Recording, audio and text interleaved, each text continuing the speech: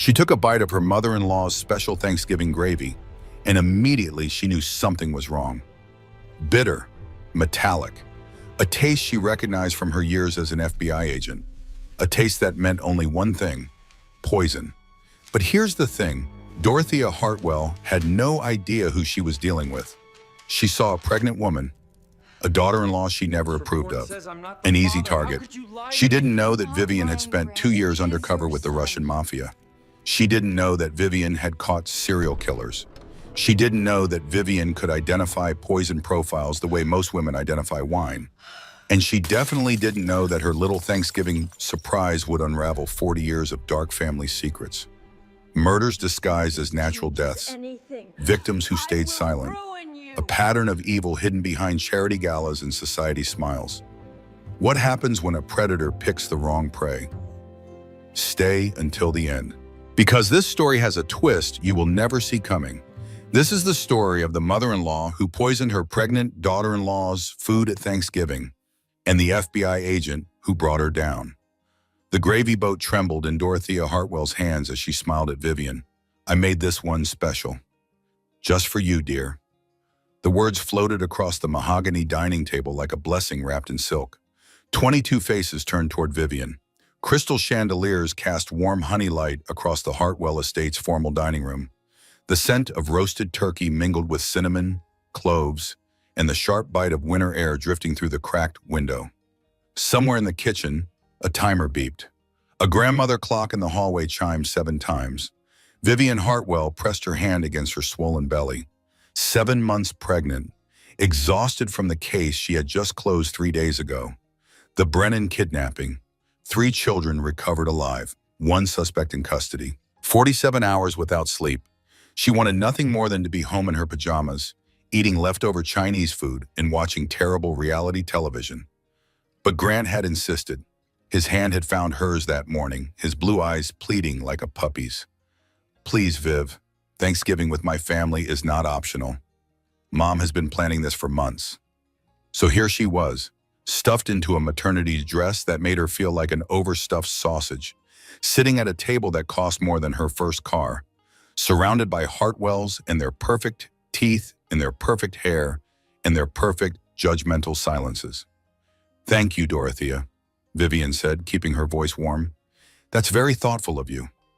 Her mother-in-law's smile didn't reach her eyes. It never did. In the 3 years since Vivian had married Grant Hartwell, Dorothea had perfected the art of sweetness that cut like glass. Every compliment had a barb.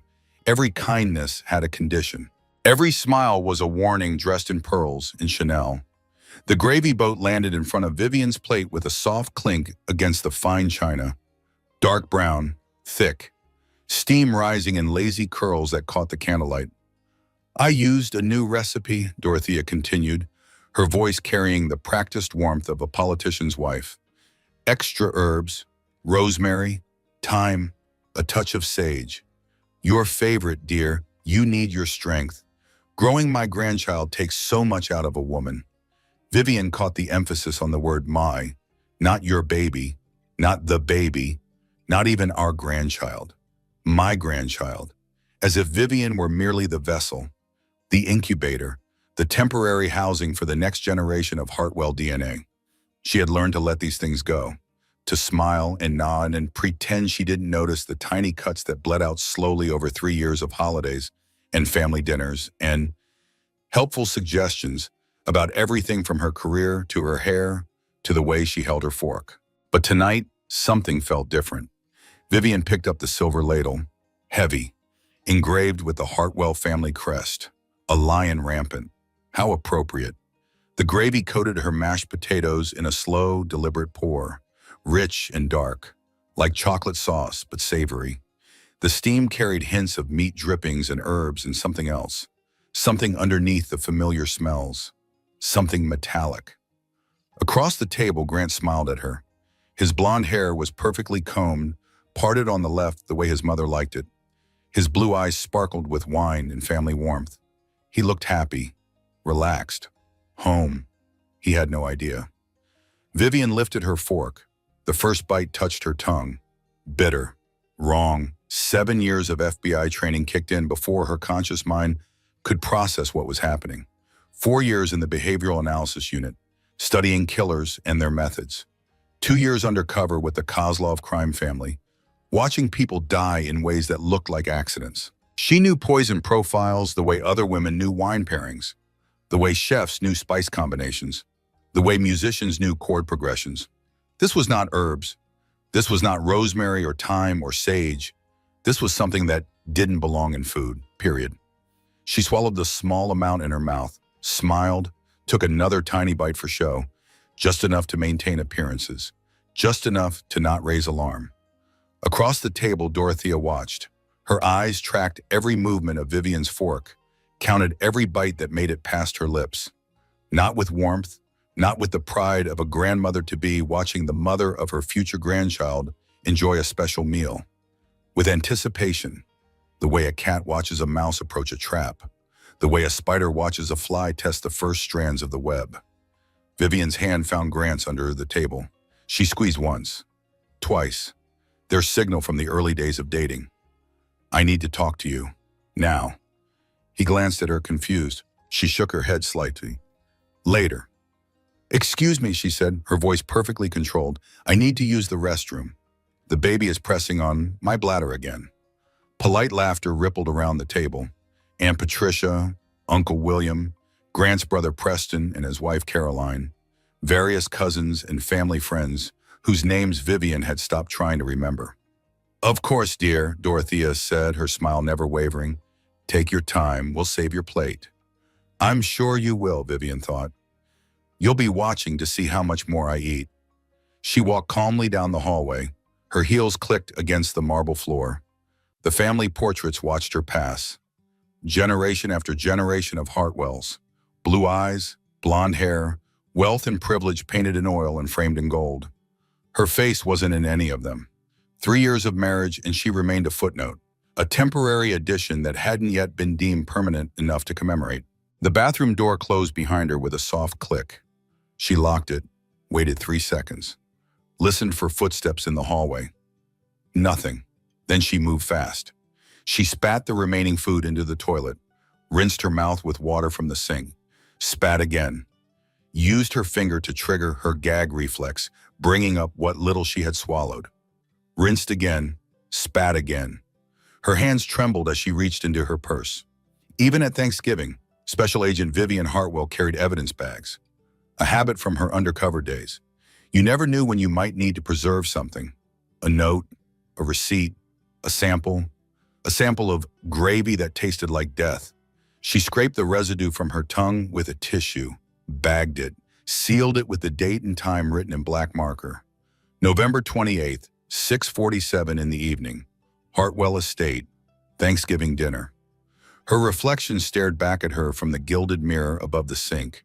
Pale skin, dark circles under her eyes that no amount of concealer could hide. Hair that had started going gray at the temples at 30. The face of a woman who had seen too much, who had done too much, who had just realized something unthinkable. Her mother-in-law had just tried to poison her. No, Vivian pressed her palms against the cool marble counter. The baby kicked, hard, right against her bladder, as if to remind her that there was something more important than her racing thoughts. No, that was insane. That was the kind of paranoid thinking that got agents pulled from cases.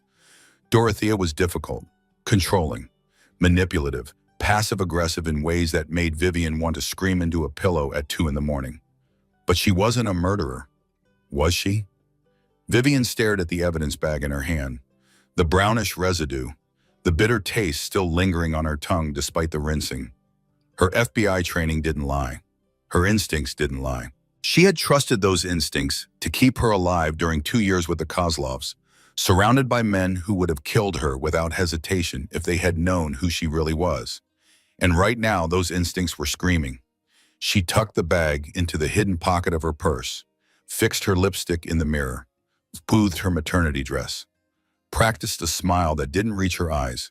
Then she walked back to the dining room with steady steps. The table had moved on to discussing Preston's promotion at the investment firm. Grant's older brother was holding court, gesturing with his wine glass, his perfect teeth gleaming as he described his latest triumph. His wife Caroline nodded along with practiced boredom, Her eyes glazed in a way that suggested she had heard the story many times before. Vivian sat down. The chair creaked slightly under her weight. 7 months pregnant, and she still wasn't used to the extra pounds. The way her body had changed. The way it didn't feel like hers anymore. She looked at her plate, the gravy glistening on the mashed potatoes, the turkey arranged just so, the cranberry sauce that Dorothea made from scratch every year. She couldn't eat any of it, not now, not knowing what might be hiding beneath the surface. She rearranged the food on her plate instead, a skill she had learned in childhood when dinner with her alcoholic father was a battlefield. Push the mashed potatoes to one side, spread the turkey thin, cut everything into small pieces, move things around without actually eating. The illusion of appetite. Her father had been too drunk to notice. Dorothea wouldn't be. But Vivian had no choice. Across the table, her mother-in-law glanced at her plate, counted the missing bites. Her smile widened slightly, satisfied. "How is it, dear? The gravy?" "Delicious," Vivian said. The lie tasted worse than the poison. "As always, you've really outdone yourself this year." "I do try." Dorothea's voice was honey and cream. "I want everything to be perfect for my boys, and for my grandchild, of course." Her hand found her own belly briefly, a gesture of maternal pride that looked almost genuine. Almost. But Vivian saw the calculation behind it, the performance. The way Dorothea's eyes never quite matched her smile. She had spent 4 years studying psychopaths for the FBI. She knew what it looked like when someone was playing a role. Dorothea Hartwell was playing the role of doting mother-in-law, which meant somewhere underneath that performance was something else entirely. Grant squeezed her hand under the table. "You okay, babe?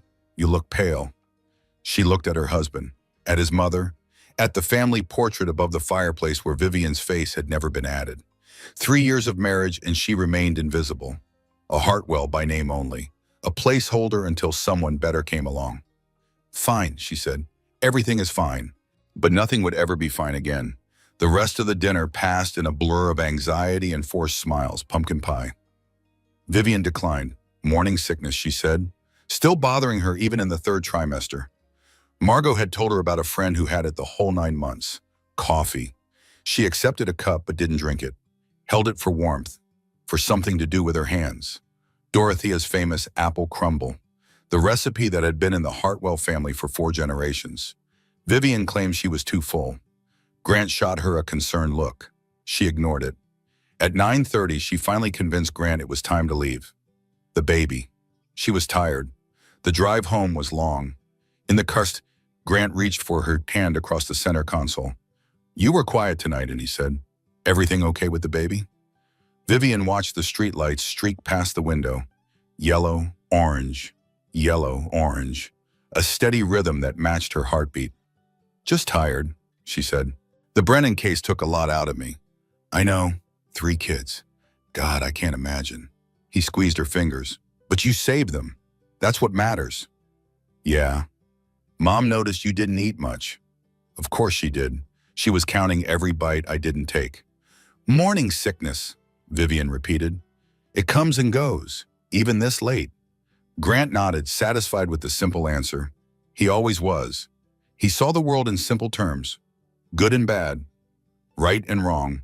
His mother loved him, therefore his mother was good. He didn't understand that love could be a weapon, that the people who hurt you most were often the ones who claimed to care. He turned up the radio. Christmas music filled the car. Bing Crosby dreaming of a white Christmas. Frank Sinatra wishing upon a star. Vivian pressed her hand against her belly. The baby rolled, a tiny elbow or knee pressing against her palm. "I'm going to protect you," she thought. "Whatever it takes, whatever I have to do." The evidence bag sat in her purse like a grenade with the pin pulled. Tomorrow she would know the truth. Tomorrow she would have proof. And then she would do what she always did when something was wrong. She would investigate. That night, Vivian couldn't sleep. Grant snored softly beside her, his arm draped across the pillow she used to support her belly. He looked peaceful, innocent. The boy she had fallen in love with 5 years ago at a charity gala before she knew what his family was really like. She stared at the ceiling. The shadows shifted as cars passed on the street below. The house creaked and settled, old bones adjusting to the cold November night. At 2:14 in the morning, she finally gave up pretending. She eased out of bed, careful not to wake Grant, padded downstairs to the kitchen in bare feet. The tile was cold against her soles. She made chamomile tea she didn't drink, sat at the breakfast bar in the dark. The only light came from the microwave clock. 3:17.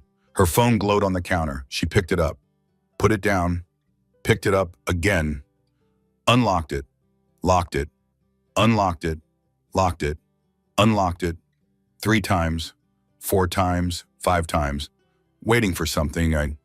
She didn't know what. A text from Grant's mother confessing everything? An article explaining that bitter gravy was a normal side effect of new herbs? She opened the browser, typed with one thumb. Ethylene glycol taste. The results loaded slowly. Her heart pounded, sweet at first, then bitter, often described as antifreeze. She scrolled down. Causes kidney failure within 72 hours. Initial symptoms include nausea, vomiting, and confusion, often misdiagnosed as food poisoning or flu. She typed another search. Antifreeze poisoning symptoms. Nausea, vomiting, confusion, seizures, coma, death. Her hands were shaking now. She almost dropped the phone. One more search, the one she didn't want to type. The one she had to know. Can antifreeze hurt unborn baby?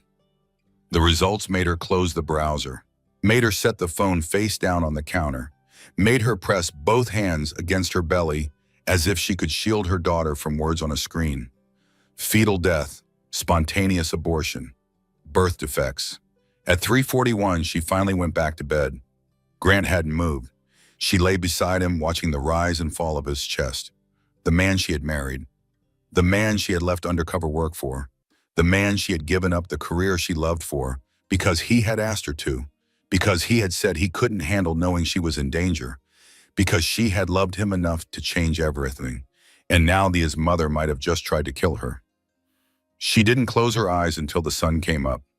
Black Friday morning arrived gray and cold. The mall crowds were fighting over televisions and discounted electronics. Social media was full of videos of people shoving each other for deals. The American tradition of thankfulness followed immediately by greed. Grant had gone golfing with Preston at 7. Brother bonding, he called it, kissing her forehead before he left. You rest, babe. Take care of yourself. Take care of our little one. Vivian was 2 hours outside the city by 9:15. The FBI field office sat in an unremarkable building off Highway 12. Gray concrete, tinted windows that reflected the overcast sky. A flag snapping in the cold wind, the fabric worn at the edges. If you didn't know what the building was, you would drive right past it. That was the point. Margot Dawson met her in the parking garage.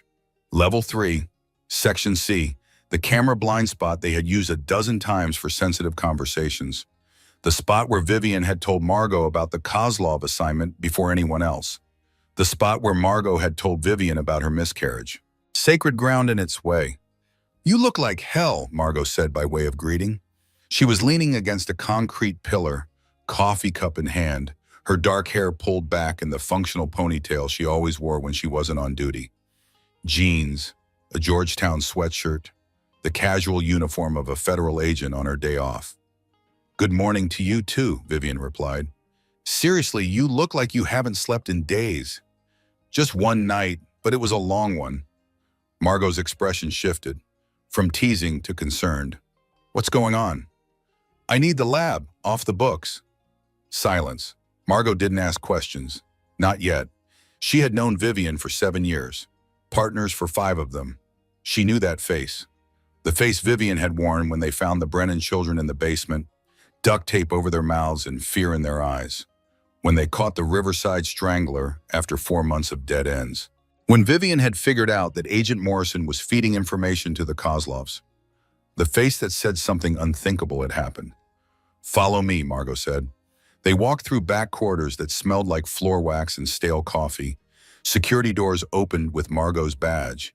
Each beep echoed in the empty hallways. The lab was nearly deserted. Holiday skeleton crew. Just Dr. Lydia Brennan running samples on a counterfeiting case. Her white coat slightly rumpled, her glasses pushed up on her forehead. She looked up when they entered. Anna Dawson, Hartwell. Her eyes dropped to Vivian's belly. I heard congratulations are in order. How far along? 7 months. Boy or girl? Girl. Wonderful. Lydia smiled, genuine warmth. She was one of the few people at the bureau who seemed to have a normal emotional range. What brings you in on a holiday? Vivian glanced at Margot. Margot nodded once. I need a favor, Vivian said. Rush analysis. Completely off the record. Lydia's smile faded. Her professional mask slid into place. What am I looking for? Vivian reached into her purse, pulled out the evidence bag, the brownish residue visible through the clear plastic. Poison. I think ethylene glycol, antifreeze, but I need to be sure. Lydia took the bag, held it up to the fluorescent light, her brow furrowed. Where did you get this? My Thanksgiving dinner. The silence that followed was heavy, thick, the kind of silence that falls in the moments after someone says something that can't be unsaid. Lydia's face cycled through emotions, confusion, concern, the professional determination of a scientist facing a puzzle that mattered. Well, I can have preliminary results in 4 hours, she said. Full analysis by tomorrow morning. Preliminary is fine for now. Vivian, Lydia set the bag on her workstation. Are you telling me someone tried to poison you? I'm telling you I tasted something wrong. I'm hoping you'll tell me I'm being paranoid. But she knew she wasn't. She had known since the first bite. I'll call you as soon as I have something, Lydia said. Vivian and Margot sat in the break room. Stale coffee from a pot that had been brewing since yesterday. Vending machine crackers that tasted like cardboard. The fluorescent lights hummed overhead, casting everything in a harsh, institutional glow. Margot waited until they were alone before speaking. You gonna tell me what's really going on? Vivian stared at her hands. Her wedding ring caught the light. 3 carats, princess cut. Grant had proposed at sunset on a beach in Maui. It had felt like a fairy tale at the time. Fairy tales were lies parents told children to make them feel safe. My mother-in-law made me special gravy, she said finally. Just for me, said it was my favorite.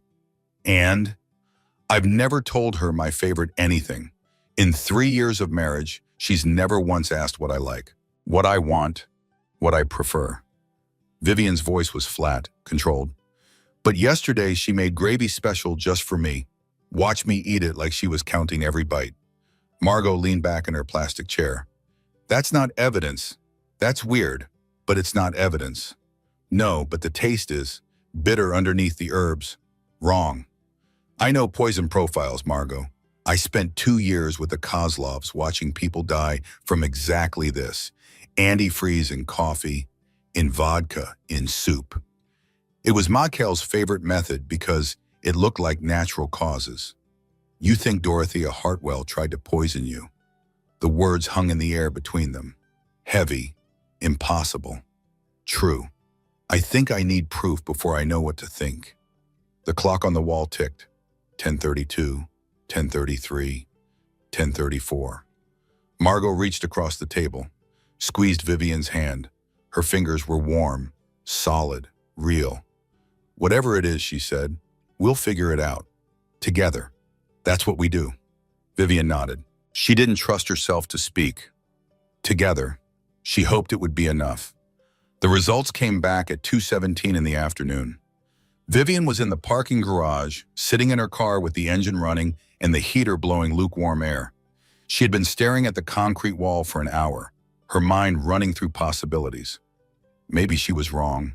Maybe the herbs had been off. Maybe Dorothea had used some kind of specialty ingredient that tasted unusual. Maybe this was all pregnancy hormones and paranoia. Her phone rang, Lydia's name on the screen. She answered on the first ring.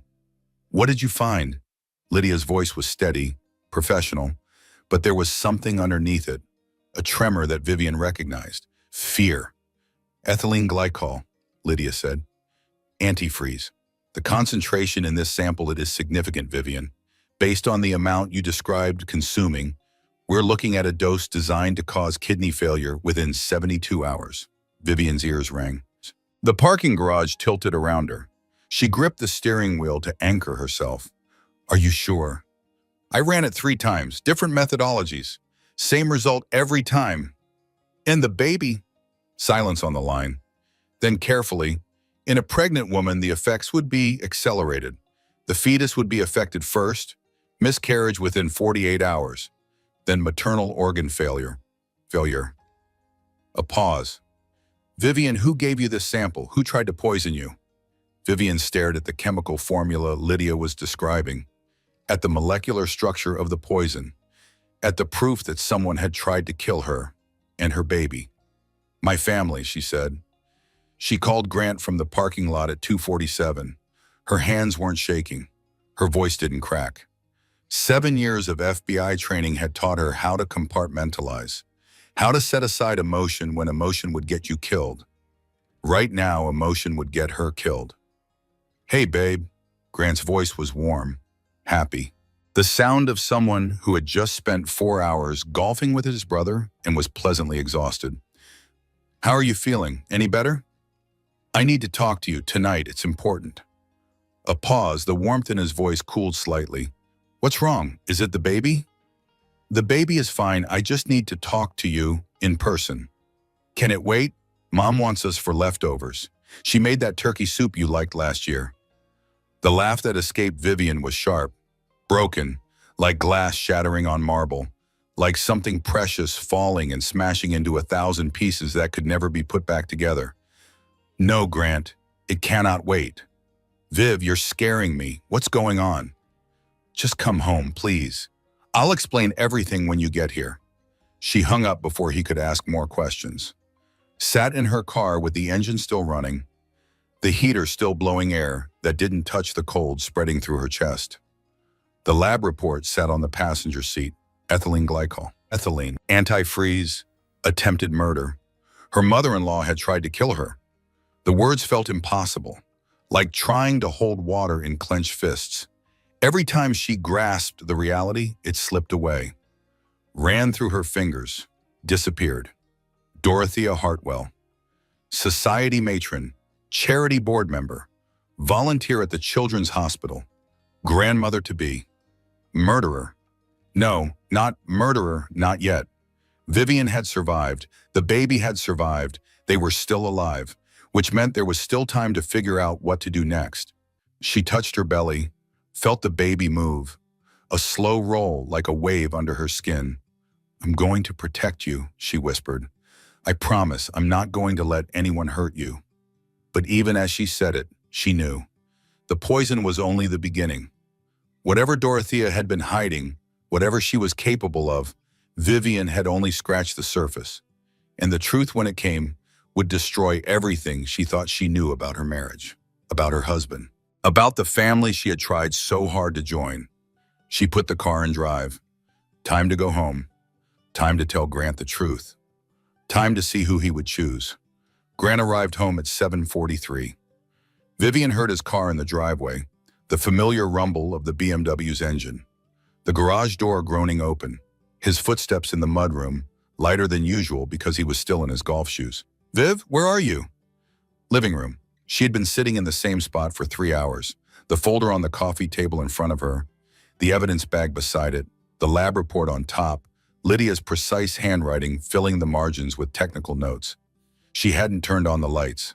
The room was dim, lit only by the glow from the streetlights outside the window. Grant appeared in the doorway, still in his golf clothes, his cheeks pink from the cold, his blonde hair slightly windblown. He looked so normal, so innocent, so completely unaware of what was about to happen. Why are you sitting in the dark? He reached for the light switch. Leave it. Something in her voice stopped him. His hand fell to his side. What's going on? He asked. You sounded strange on the phone. You're scaring me.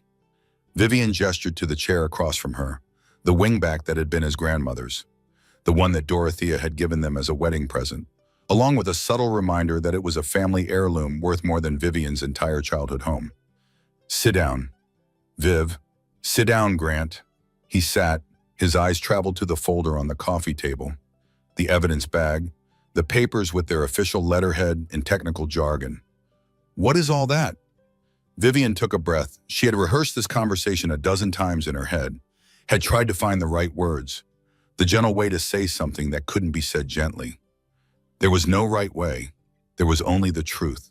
Yesterday at Thanksgiving, your mother made me special gravy. Just for me. Grant nodded slowly.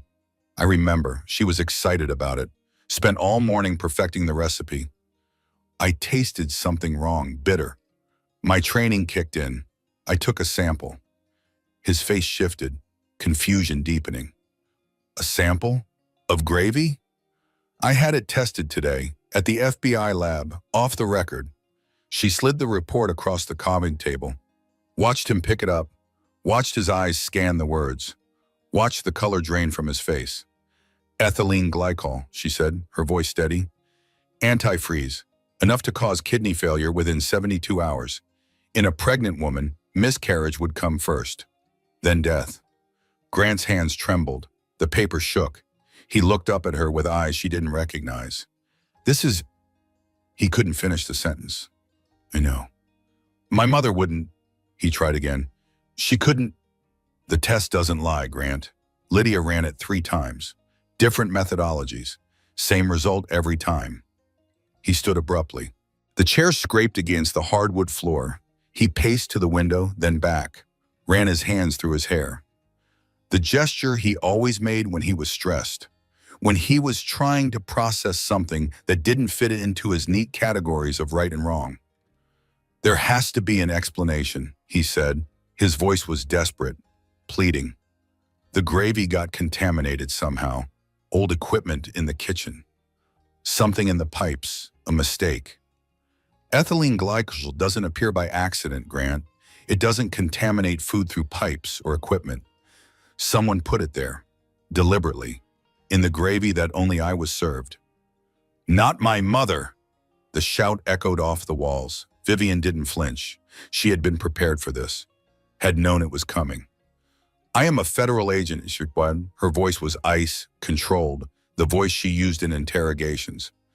I analyze evidence for a living. This is what I do. I look at facts and I draw conclusions. Evidence that your mother-in-law is trying to murder you? He laughed. The sound was sharp and ugly, a laugh that had nothing to do with humor. Do you hear yourself? Do you understand how insane that sounds? I hear myself telling you what the lab results show. I hear myself telling you that someone put antifreeze in my food. I hear myself asking you to consider the possibility that the person who did it was the person who made the food. The possibility. Grant's voice cracked. You're asking me to consider the possibility that my mother tried to kill my wife and my unborn child. Yes. That's crazy. That's absolutely crazy. The word hit like a slap. Crazy, the word men used to dismiss women who saw things they didn't want to see. The word that had been used against her when she first reported the corruption in the Morrison case. The word her father had used when her mother tried to tell people about the bruises. Don't call me crazy. I'm not saying you're crazy, I'm saying the situation is crazy.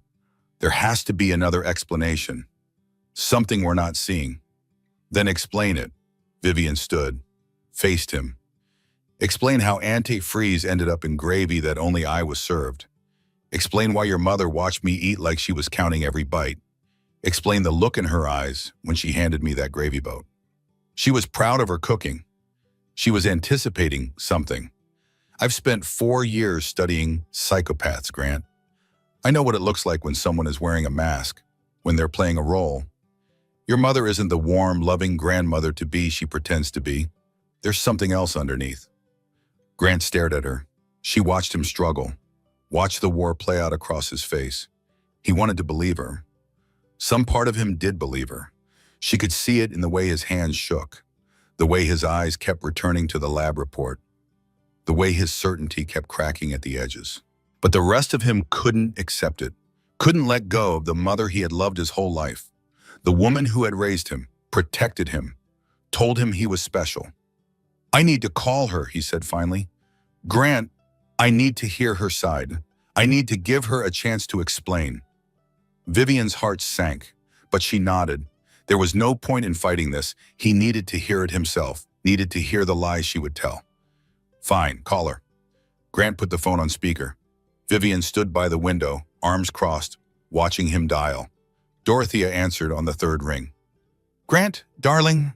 Her voice was warm, bright, the voice of a loving mother who had no idea anything was wrong. How was golf? Preston said you played wonderfully. He was so proud of that eagle on the 7th hole. Mom, I need to ask you something about yesterday. A pause so brief it was almost imperceptible, but Vivian caught it. The hesitation before the performance continued. Of course, sweetheart. What is it? The gravy you made for Vivian. Where did you get the ingredients? From the kitchen, of course. Why do you ask? Grant glanced at Vivian. She nodded. Keep going. She says it tasted strange. Strange? Dorothea's voice dripped with wounded sweetness. I made it special for her. I even called Margaret. You remember Margaret? The caterer we used for your cousin's wedding. I called her for tips on what pregnant women like. I wanted to make something nice. Something special for the mother of my grandchild. I know, Mom, it's just... Vivian had it tested. The silence stretched. 1 second, 2, 3, 4. Tested? Dorothea's voice shifted, cooled. Tested for what? She thought there might be something wrong with it. Something wrong, a soft laugh, tinkling, like wind chimes. Grant, honey, I don't understand. What could possibly be wrong with my gravy? I've been making that recipe for 30 years. Vivian stepped forward. The test found ethylene glycol. Antifreeze, enough to cause organ failure. Another pause, longer this time. Vivian? Dorothea's voice shifted again. Gentle now, concerned, patient, like a mother explaining something to a slow child who just wasn't quite getting it. Sweetheart, I don't know what you think you found, but I would never hurt you. You're carrying my grandchild, my first grandchild. Why would I do anything to harm either of you? The lab results must be wrong or contaminated. You know how these laboratories can be. Human error, mixed up samples, clerical mistakes. It happens all the time. I read an article just last month about a woman who was diagnosed with cancer because someone mislabeled her blood work. I supervised the test myself. I watched her run the analysis. Well, there you go. Dorothea's voice was silk over steel. You're under so much stress, darling. The pregnancy, your job, those horrible cases you work on. It's a lot for any woman. Sometimes our minds play tricks on us. Sometimes we see threats that aren't there. Grant nodded, actually nodded, like his mother's words made perfect sense. Vivian's stomach dropped. Grant, darling, Dorothea continued, I think your wife needs rest. Pregnancy hormones can cause all sorts of issues. Anxiety, paranoia, episodes. I've seen it before. My friend Patricia, you remember Patricia Morrison, her daughter-in-law had a complete breakdown during her pregnancy, started accusing everyone of trying to hurt her baby. She ended up in a facility for 3 months. The implication was clear. Vivian was having a breakdown. Vivian was unstable. Vivian needed help, and Grant was buying it. That might be a good idea, he said slowly. Some rest, time away from work. I don't need rest, Vivian said, her voice hard. I need you to believe me. Grant turned to look at her. His face was torn, anguished, a man caught between the two women who had shaped his life. I believe something happened, he said carefully. I believe you found something. I just don't believe my mother did it. There has to be another explanation. The distinction felt like a knife between her ribs. Grant, we'll figure this out. We'll find out what really happened. But I know my mother. I've known her my entire life. She's not capable of what you're suggesting. You don't know what she's capable of. Vivian's voice cracked, the first sign of emotion she had let slip. None of us do. I know she loves me, loves us, loves the baby. She's been planning for this grandchild for years. She wouldn't do anything to hurt it. To hurt it. Vivian repeated the words. The baby is an it to you now, not her, not our daughter. That's not what I meant. That's exactly what you meant. The baby is a heartwell. The baby matters. I'm just the vessel, just like your mother always says. That's not fair. None of this is fair, Grant. None of this is fair at all. That night, Vivian sat in her parked car in the driveway. She had stormed out after the phone call. Couldn't stay in the same house as Grant. Couldn't look at his face anymore. At the face of a man who had chosen his mother's lies over his wife's evidence. The house lights glowed warm through the windows. Yellow and inviting, the house they had bought together 2 years ago. The house where they had planned to raise their family. She pressed her hands against her belly. The baby kicked, restless, picking up on her mother's distress. "I know," Vivian whispered. "I know. I'm sorry." For 37 minutes, she didn't move, just breathed. In, out, watching her breath fog the windshield, listening to the heater hum. The silence was heavy, the kind of silence that falls when everything changes. She thought about the woman she had been before Grant, the undercover agent who had infiltrated the Kozlov crime family, who had spent 2 years pretending to be someone else, playing a role every minute of every day. Never dropping the mask, she had been so good at it, so good at becoming someone else, so good at surviving impossible situations. And now she was sitting in her driveway, pregnant and terrified, married to a man who thought she was crazy. "I'm not crazy," she thought. "I know what I tasted. I know what the test showed. I'm not paranoid.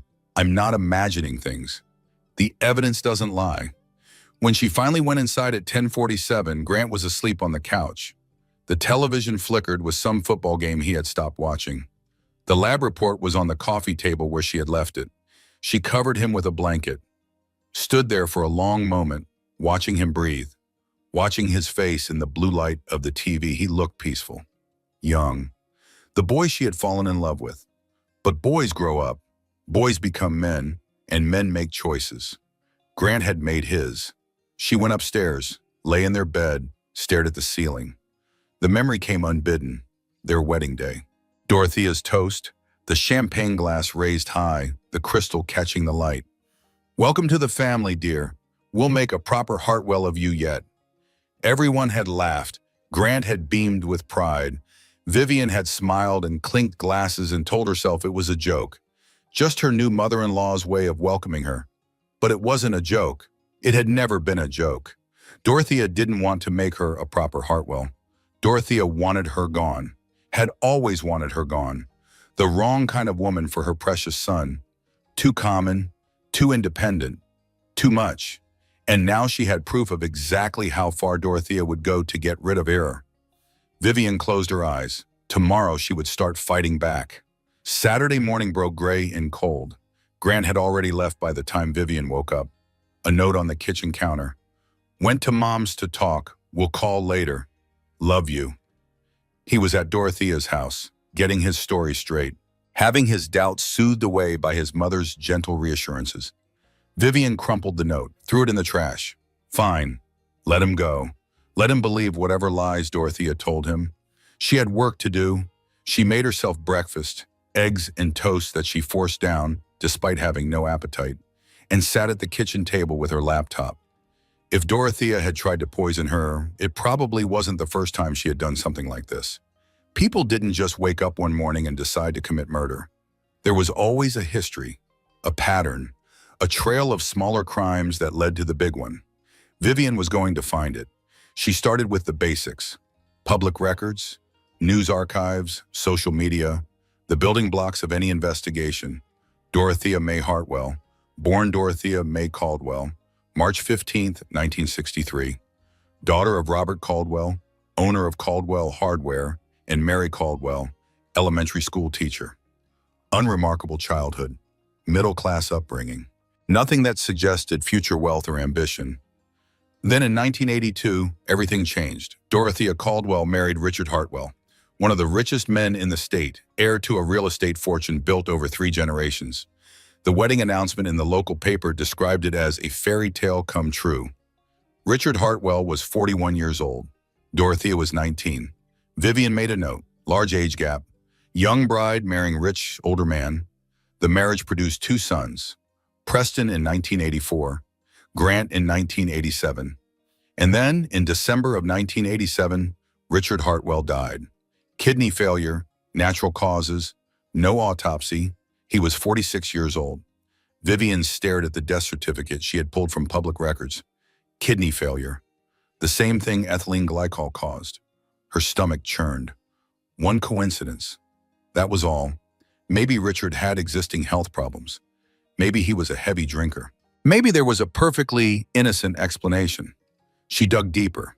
Dorothea's sister, Barbara Caldwell Manning, married James Manning in 1979. He was a successful businessman, owned several car dealerships across the state. In 1994, James Manning died. Organ failure, natural causes, no autopsy. He was 46 years old.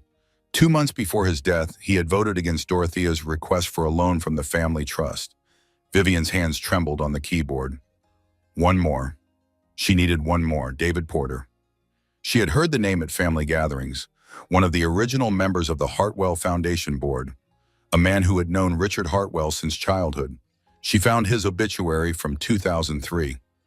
Passed away peacefully after a short illness, survived by his wife and 3 children. The short illness had been organ failure. The death had been ruled natural causes. There was no autopsy. David Porter was 52 years old when he died. By all accounts, he had been in perfect health. 6 weeks before his death, he had voted against Dorothea's proposal to redirect charitable funds from the Hartwell Foundation. 3 deaths, all connected to Dorothea, all benefiting Dorothea, all with symptoms consistent with ethylene glycol poisoning. All ruled natural causes because no one had bothered to look deeper. Vivian called Margot at 11:47. I need you to pull files. Viv, it's Saturday. I'm still in my pajamas. I know, I'm sorry, but this is important. A sigh on the other end of the line. What kind of files? Cold cases, unsolved deaths, anything connected to the Hartwell family in the last 40 years. Silence, then more alert. Is this about the gravy? It's about a pattern. 3 people dead, all connected to Dorothea, all with symptoms consistent with antifreeze poisoning, all ruled natural causes. 3 people? Her first husband, her brother-in-law, a business partner who opposed her on the foundation board. Vivian paused. And now me. I'm number 4. Margot's exhale was sharp. Jesus Christ. Can you pull the files? I can try, but Viv, if this is what you think it is, then my mother-in-law is a serial killer, and she's been getting away with it for 36 years. The files arrived Monday morning. Margot had worked through the weekend. 2 years as Vivian's partner had taught her when questions were useless. When Vivian was on a trail, you either helped or got out of the way. They met at a coffee shop an hour outside the city. Neutral ground, a place where no one would recognize them. Vivian ordered decaf. Doctor's orders, though she hadn't slept enough to need the caffeine restriction. Margot ordered a triple espresso, her third of the day, if the circles under her eyes were any indication. I found more, Margot said, not just deaths, patterns. She slid a folder across the table. Inside, newspaper clippings. Medical records obtained through channels Vivian didn't want to ask about. Interview transcripts from cases that had been closed years ago. Grant's first girlfriend in college, Margot said. Nishon. Jennifer Walsh, hospitalized for unexplained gastrointestinal illness in 2004. Severe abdominal pain, vomiting.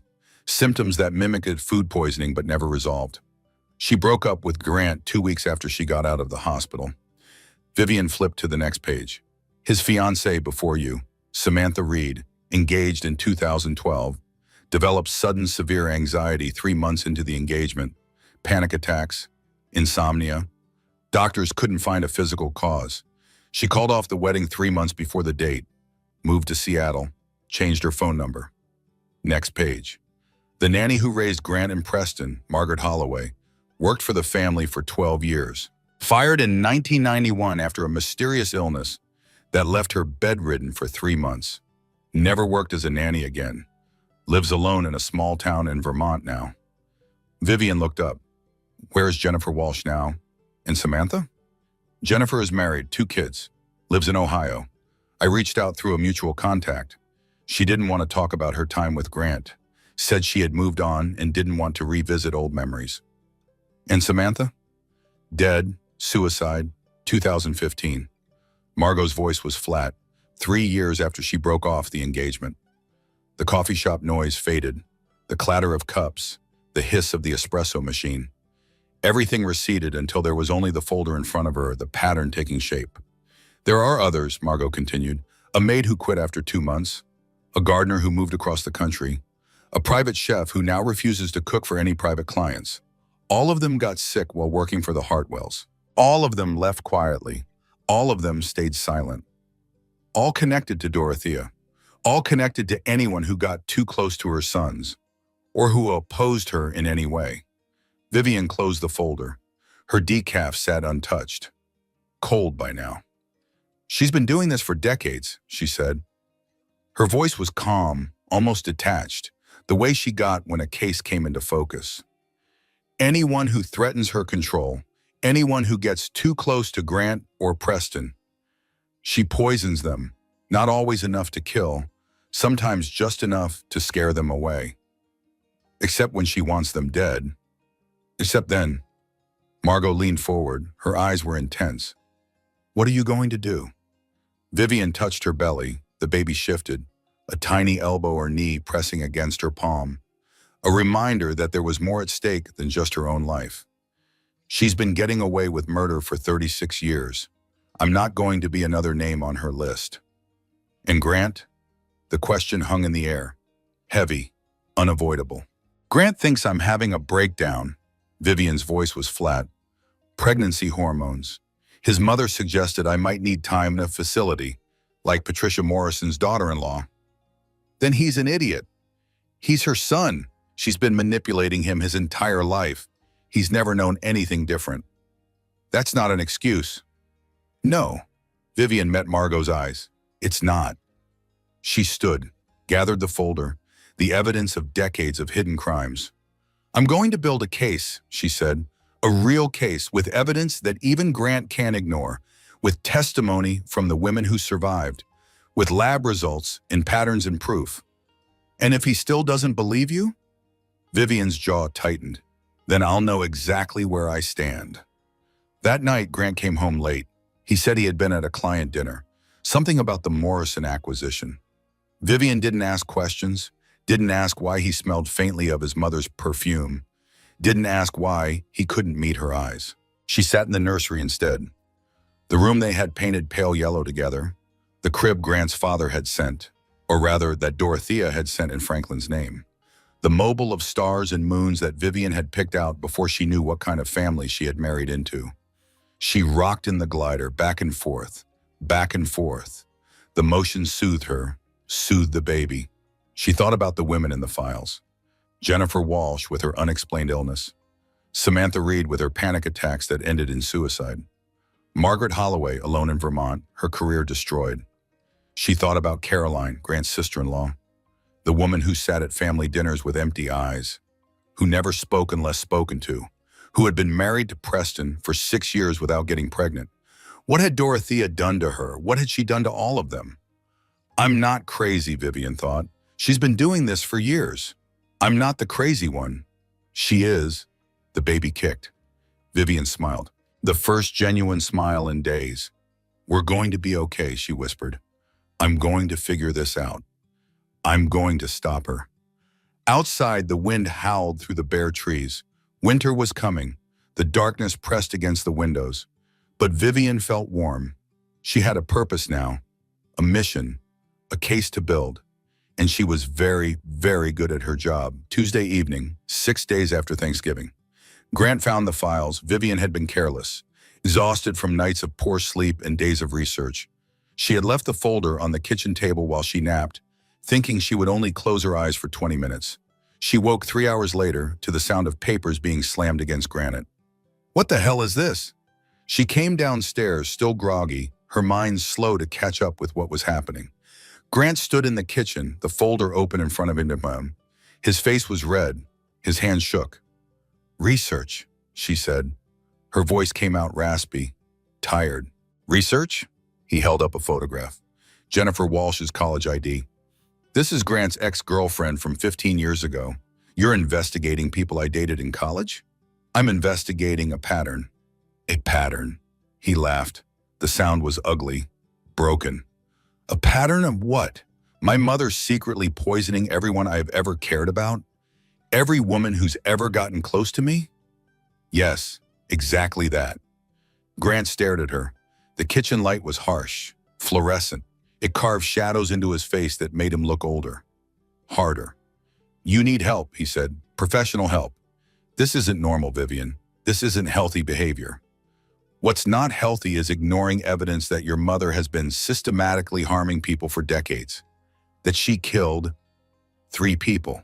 That she tried to kill me. There's no evidence. There's conspiracy theories and coincidences and you connecting dots that don't exist. 3 people are dead, Grant. Vivian's voice rose. The calm she had maintained for days finally cracking. All connected to your mother, all with symptoms of antifreeze poisoning, all ruled natural causes because nobody bothered to look deeper. My father died of kidney failure. He was sick for years. Everyone knew that.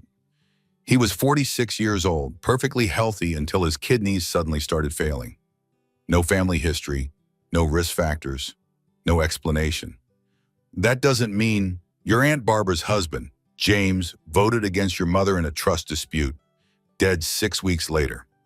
Uncle James had a drinking problem. Everyone knew that too. David Porter opposed your mother on the foundation board, healthy, 52 years old, dead in 6 weeks. Grant slammed his palm on the counter. The sound echoed like a gunshot. Vivian flinched despite herself. Stop it! Just stop! I can't stop. Her voice dropped. Cold now, controlled. She tried to kill me, Grant. She tried to kill our baby, and I'm going to prove it. The silence stretched between them, heavy, thick, impossible to breathe through. When Grant spoke again, his voice was quiet, dangerous in its calmness. I spoke to my mother today. Vivian's stomach dropped. About what? About you, about your behavior, about the fact that my wife is going around accusing her of murder. I haven't accused her of anything publicly. I've been gathering evidence, privately. Evidence? He pulled out his phone, scrolled through his messages. She showed me the harassment reports, former employees you've contacted, old family friends, people who haven't thought about the Hartwells in decades. I'm investigating a pattern of suspicious deaths. That's what investigators do. Your job is to catch criminals, not manufacture them out of your paranoid fantasies about my mother. Paranoid fantasies, the words hit like a physical blow. Like all the times her father had told her mother she was imagining things, making mountains out of molehills, being dramatic. She thought about all the cases she had solved, all the killers she had caught, all the times her instincts had been right when everyone else doubted her. And here was her husband, the man who had promised to love and cherish her, the man who had sworn to stand by her side, the man she had given up her career for, calling her paranoid. Get out, she said. What? Get out of this house. Right now, I can't look at you. Vivian, and you just called me paranoid after everything I've shown you, after the lab results, after the pattern, after all of it. Her voice cracked. Tears burned in her eyes, but she refused to let them fall. You're choosing her. Again. You're always choosing her. Grant's face crumbled. For a moment, she saw the man she had married. The man who had held her hand during the Kozlov trial when she testified against Mikhail. The man who had promised to stand by her forever. Then it was gone. Maybe I should stay at my parents' house for a few days, he said. Give us both some space. Maybe you should. He went upstairs. She listened to the sounds from their bedroom. Drawers opening, hangers scraping against the closet rod, the zipper of his suitcase, the familiar rhythm of a marriage falling apart. When he came downstairs with his mount bequia, he paused at the front door. And I love you, and he said, I do, but I can't support this. It's destroying you. It's destroying us. She said nothing. The door closed, the car started.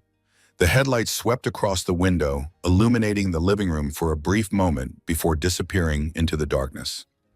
Vivian stood alone in the kitchen, the files scattered across the table, the evidence of decades of murder, the proof that her husband would never believe her. She didn't cry. FBI training.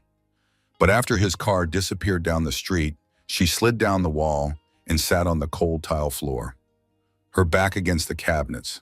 Her knees drawn up as far as her belly would allow, she stayed there until the sun came up. Wednesday morning, the phone rang at 8:17. Vivian had finally dragged herself off the kitchen floor around 6. Showered, changed clothes, made coffee she stared at without drinking. Agent Russell Kincaid's name on the screen, her supervisor, the man who had given her the Brennan case 3 weeks ago, the man who had championed her promotion last year. Hartwell, his voice was gruff, businesslike. My office, now. Sir, I'm on maternity leave. Now, Hartwell. The line went dead. She drove to the field office in a daze. Her body moved automatically, hands on the wheel, eyes on the road, mind somewhere else entirely. The FBI parking lot was half empty. Holiday skeleton crew. She found a spot near the entrance and sat there for 5 minutes before going in. Kincaid's office was on the 3rd floor, glass walls, views of the highway. The desk was covered with papers and framed photographs of his kids. 2 daughters, both in college now. Both who sent him Father's Day cards that made him tear up. He was one of the good ones. Everyone said so. Close the door, he said when she entered. She closed it. Sit down. She sat. I received a complaint yesterday. His voice was heavy, tired, like he had been awake all night dealing with something he didn't want to deal with. Anonymous, alleging that one of my agents is using federal resources for a personal vendetta, harassing private citizens, abusing her position to conduct unauthorized investigations. Vivian's heart hammered, but her face stayed neutral. 20 years of practice. What's the complaint about specifically? She asked. Requests for sealed records, inquiries about cold cases, contact with witnesses who haven't been relevant to any active investigation. He leaned forward, his eyes were sharp, assessing. The complaint alleges that this agent believes her mother-in-law is a serial killer and that she's trying to manufacture evidence to support that delusion. There it was, Dorothea's counterattack. Sir, I'm not done. His voice was sharp. The complaint came with documentation, times and dates of database access, contact logs from former Hartwell employees, evidence that someone has been building an unofficial case file on a private citizen. Vivian met his eyes. I have evidence of multiple homicides spanning 3 decades. Committed by your mother-in-law. Yes, sir. The silence stretched. The clock on the wall ticked. The highway traffic hummed in the distance. Vivian? Kincaid's voice softened. Not much, but enough to notice. You're one of my best agents. Your work on the Brennan case was exceptional. You saved those kids. But this is real. The pattern is real. The lab results on the gravy sample showed ethylene glycol. Someone is killing people, sir. And I know who it is. Kincaid rubbed his temples. The gesture of a man with a headache that wasn't going away. I have to put you on administrative leave, pending investigation. Sir, it's out of my hands. Internal Affairs is going to look at everything. The database access, the contacts, the unofficial investigation. He paused. If you're right, they'll find it. If you're wrong, he didn't finish the sentence. He didn't have to. If she was wrong, her career was over. I understand, Vivian said. Go home, rest, take care of that baby, and for God's sake, stop investigating your own family. She stood, walked to the door, paused with her hand on the knob. Sir, if I'm right, if there's a serial killer who's been getting away with murder for 36 years, if she tries again while I'm on leave, if she kills someone else, then it'll be on my conscience. Kincaid's voice was tired, defeated. Go home, Hartwell. She went home. The house was empty. Grant's absence echoed in every room. She stood in the nursery, the room they had prepared together, the crib, the changing table, the mobile of stars and moons. The mobile had been a gift from Margot, a joke about raising the next generation of FBI agents. Start them young, she had said, laughing. That felt like a lifetime ago now. Vivian thought about the woman she had been 6 months ago. Happy, in love, excited about the baby, excited about the future. That woman felt like a stranger. At 2:37 in the morning, she gave up trying to sleep. She reorganized the nursery instead, folding and refolding tiny onesies until the creases were perfect, sorting them by color, by size, by the memories attached to each one. The pink one her mother had sent from Florida. Her mother, who had escaped her own violent marriage when Vivian was 12, who had raised her daughter to be strong, independent, the kind of woman who didn't take abuse from anyone. Mom would be proud, Vivian thought. Mom would tell me to fight. The yellow one with FBI baby that Margot had bought as a joke. Margot, who had believed her without question, who had risked her own career to pull files and make inquiries. The white one, expensive cashmere, soft as clouds. From Dorothea, a gift at the baby shower. Only the best for my grandchild. The smile that didn't reach her eyes. The way she had watched Vivian open the present like it was a test. Vivian held the white onesie for a long moment. The fabric was soft against her fingers. The stitching, perfect. The kind of thing only money could buy. She threw it in the trash. Thursday afternoon, a knock at the door. Vivian wasn't expecting anyone. She had spent the day in a fog, making lists of evidence she couldn't pursue, staring at walls, feeling the baby kick, and trying to convince herself that everything would be okay. The knock came again, insistent. She considered not answering. What if it was Dorothea? What if Grant had sent her to check on his unstable wife? But she was an FBI agent. She didn't hide from knocks on doors. She looked through the peephole. Carolyn Hartwell stood on her porch. Preston's wife. The woman who had barely spoken to Vivian in 3 years of family gatherings. The woman who sat at dinners with empty eyes and said nothing of substance. The woman who smiled on cue and laughed at Preston's jokes and disappeared into the background like a piece of furniture. What did she want? Vivian opened the door. "We need to talk," Carolyn said. Her voice was different, stronger. Not the soft, passive tone she used at family events. About what? Carolyn's eyes swept the street, left, right, checking for watching neighbors, for familiar cars. "Not out here. Can I come in?" Vivian hesitated, then stepped aside. Carolyn entered. Her designer coat was buttoned tight against the cold. Her blonde hair was pulled back in a perfect ponytail. She looked like she had stepped out of a country club catalog, but her hands were shaking. "Coffee?" Vivian asked. "Please." They sat at the kitchen table, the same table where Vivian had researched Dorothea's victims, the same table where Grant had found the files, the same table where everything had fallen apart. Carolyn wrapped her hands around the coffee mug, held it without drinking. The steam rose and curled around her face. "I believe you," she said. Vivian's heart stopped. "What?" "About Dorothea, the poison, all of it." Caroline's voice was steady, but her eyes were wet. "I believe you." The words hung in the air, heavy, impossible, true. Vivian had imagined this moment so many times in the past week, someone believing her, someone seeing the truth, someone standing on her side. She had never imagined it would be Caroline. "Why, she asked. "Why do you believe me?" Caroline's composure cracked. A tear spilled down her cheek. She wiped it away quickly, angrily, because she did it to me too. The story poured out. 5 years of silence, finally breaking like a dam.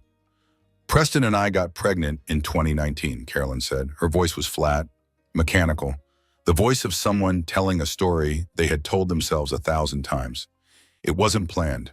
We had only been married 2 years. Dorothea didn't approve." "She told you that?" "Not directly, never directly. That's not how she operates." Carolyn's laugh was bitter. It was the comments about how young we were, how Preston's career was just taking off, how a baby would be a distraction, how I should wait a few more years until I was really ready. Vivian nodded. She knew those comments, had been collecting them for 3 years, the constant drip of criticism disguised as concern. "I was 12 weeks along when I started getting sick," Carolyn continued. "Nausea, weakness, fatigue that went beyond normal pregnancy exhaustion. I thought it was just bad morning sickness. The doctor wasn't concerned at first. What happened? I miscarried at 14 weeks. Carolyn's voice cracked. The doctor couldn't explain it. Everything had been fine at the 12-week ultrasound. Strong heartbeat, good development, and then suddenly, she stopped, took a breath. Vivian didn't push. Some things needed their own time. 3 days after the miscarriage, Caroline continued, I found something. I was cleaning out the refrigerator, throwing away all the food I couldn't look at anymore, and I found a smoothie container. A smoothie container? I make protein smoothies every morning, have for years. It's part of my routine. During the pregnancy, I added extra vitamins, extra nutrients.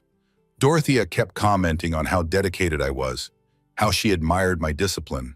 Her hands tightened around the coffee mug. That container was almost empty. I was going to throw it away, but there was residue at the bottom, and something made me look. I don't know why. I should have just thrown it away, but something made me look. What did you find? It smelled wrong, sweet but chemical, like antifreeze. Vivian's heart stopped. I saved it, Carolyn said. I don't know why. I kept telling myself I was being paranoid. That grief was making me see things that weren't there. Preston certainly thought so. You told Preston? I tried. Carolyn's laugh was broken, sharp. He said the same thing Grant is saying to you, that his mother would never, that I was upset, that I needed rest, that maybe I should talk to someone about my anxiety. And you believed him? I wanted to believe him. Carolyn met Vivian's eyes. For the first time, Vivian saw the woman underneath the perfect exterior, the woman who had been fighting alone for 5 years. I wanted to believe that my mother-in-law wasn't capable of killing her own grandchild. I wanted to believe that I was crazy. She reached into her purse, pulled out a Ziploc bag. Inside was a small plastic container, pink and green, a smoothie cup, the kind sold at every health food store in America. I've been carrying this for 5 years, Caroline said. 5 years of telling myself I imagined it. 5 years of watching Dorothea play the perfect grandmother to everyone else's children.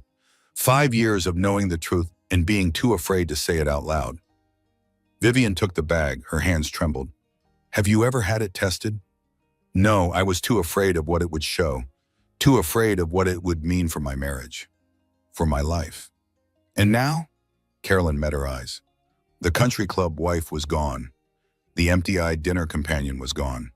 In their place was someone harder, someone who had survived 5 years of quiet torment. Now I want to help you destroy her. They talked for 3 hours. Caroline's evidence, Vivian's evidence, the pattern that stretched back decades. Caroline had more than the smoothie container. She had photos from the refrigerator that day, a journal she had started keeping after the miscarriage. Every strange comment Dorothea made, every suspicious kindness, every time something felt wrong. The pregnancy hasn't happened again, Carolyn said, her voice hollow. 5 years of trying, 3 rounds of IV, nothing works. The doctors can't explain it. Everything looks fine on paper, but nothing takes. Do you think? I think she damaged something that day. Whatever was in that smoothie, whatever she gave me. Caroline's jaw tightened. She took more than my baby. She took the chance to ever have one. Vivian reached across the table, squeezed Caroline's hand. We're going to stop her, she said. Together. How? Caroline's voice was desperate. She's a Hartwell. She owns judges, politicians, half the charity boards in the city. She's untouchable. She's not untouchable. No one is. Vivian's voice was steady, certain. I'm an FBI agent. I know how to build cases that stick. And with your evidence and mine, we have enough to start asking questions that she won't be able to deflect. The FBI put you on leave. Administrative leave, pending investigation. They didn't fire me, and when I bring them proof of a serial killer, they'll have to listen. Carolyn studied her for a long moment. Something shifted in her expression. Hope, maybe. The first real hope she had felt in years. What do you need from me? She asked. Everything you have. The smoothie container, the photos, the journal, all of it. Vivian paused. And one more thing. Name it. I need you to help me find more victims. There have to be others. Women Dorothea scared away. People who got sick and never knew why. We need to build a case so solid that no one can deny it. Carolyn smiled. The first real smile Vivian had ever seen from her. I already have a list. That night, Vivian didn't feel alone for the first time in over a week.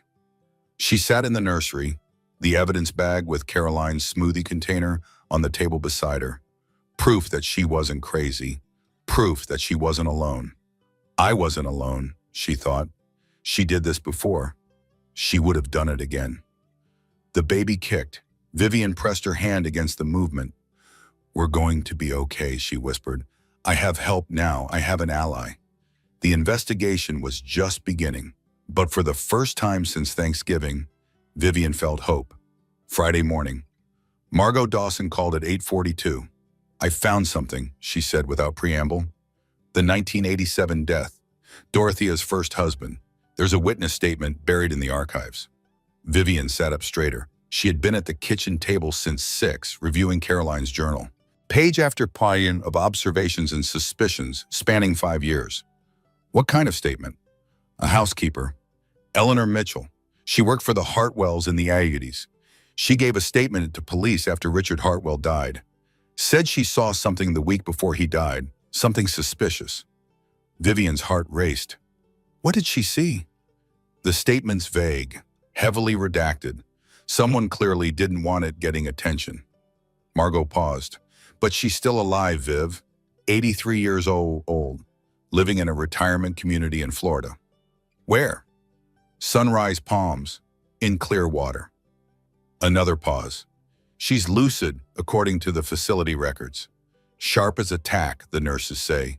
She remembers everything. Vivian was already standing, already reaching for her car keys. I need to talk to her. Viv, you're on administrative leave. This isn't an official investigation. This is a personal visit to an elderly woman in Florida, a family friend. The lie came easily. I'll be back by tomorrow. Margot sighed. You're going to do this with or without my help, aren't you? Yes. Then at least let me set up a video call first. Save you the trip. If she's willing to talk, she can do it from her own room. Safer for everyone. Vivian hesitated. The drive would be long, exhausting, potentially dangerous for a woman 7 months pregnant. Fine, set it up. The video call connected at 2:15 in the afternoon. Vivian sat at her laptop, the living room quiet around her. Caroline sat beside her, a silent witness. Eleanor Mitchell appeared on the screen, white hair, sharp blue eyes that seemed to look straight through the camera, a pink cardigan over her thin shoulders despite the Florida heat. Behind her, Vivian could see a neat apartment, photographs on the walls, a vase of fresh flowers on a side table. You're the FBI agent, Eleanor said. Her voice was strong, clear, not the voice of a frail old woman. The one who married into the Hartwell family. Yes, ma'am. How did you know? I keep track of them. Eleanor's eyes narrowed. All these years, I've kept track. Every death, every illness, every strange coincidence. I've been waiting 40 years for someone to come asking questions. Vivian leaned forward.